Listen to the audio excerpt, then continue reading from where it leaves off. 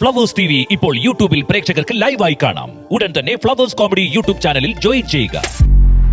കേരളത്തിൽ കൂടുതൽ എംപോക്സ് കേസുകൾ ഉണ്ടാകാൻ സാധ്യതയുണ്ടെന്ന് ആരോഗ്യമന്ത്രി വീണ ജോർജ്. എല്ലാ ജില്ലകളിലും കൂടുതൽ ഐസൊലേഷൻ സൗകര്യങ്ങൾ ഒരുക്കാൻ നിർദ്ദേശം നൽകിയിട്ടുണ്ട്.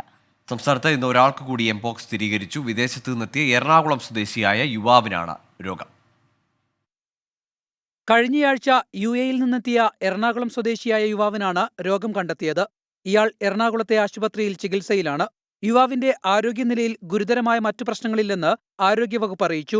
28-29 വയസ്സുള്ള ഒരാളാണ്. വിദേശ രാജ്യത്ത് നിന്ന് രോഗലക്ഷണങ്ങളുമായിട്ട് എത്തിയ വ്യക്തിയാണ്. പക്ഷെ സ്റ്റേബിളാണ്. കൊച്ചിയിൽ സ്വകാര്യ ആശുപത്രിയിലാണ് ചികിത്സയിലുള്ളത്. എംപോക്സ് സ്ഥിരീകരിച്ചിട്ടുണ്ട്. ബാക്കി മറ്റ് ജിനോമിക് സീക്വൻസിംഗ് ഒക്കെ അതിന്റെ ഒരു നടപടിക്രമങ്ങളുടെ ഭാഗമായിട്ട് നടക്കും. എംപോക്സിന്റെ പുതിയ വകഭേദമാണോ സ്ഥിരീകരിച്ചതെന്നറിയാൻ പരിശോധന നടത്തും.